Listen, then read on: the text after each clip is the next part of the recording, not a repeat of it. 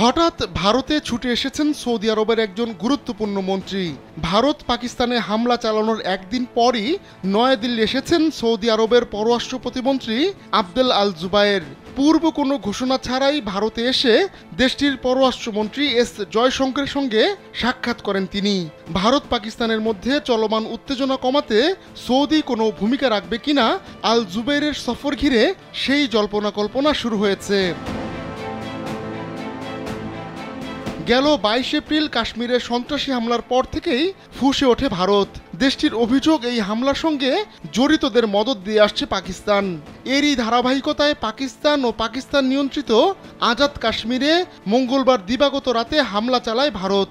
25 minute ধরে চালানো এই হামলায় ভারত 80 জনকে হত্যার দাবি করেছে, যদিও পাকিস্তান বলছে নিহতের সংখ্যা প্রায় অর্ধেক।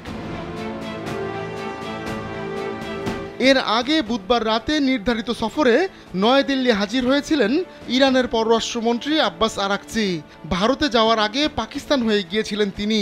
ভারত পাকিস্তানের মধ্যে ইরান মধ্যস্থতার চেষ্টা করলেও ক্ষুব্ধ নয়াদিল্লি ঠিকই নিজের প্রতিশোধ নিয়ে নিয়েছে।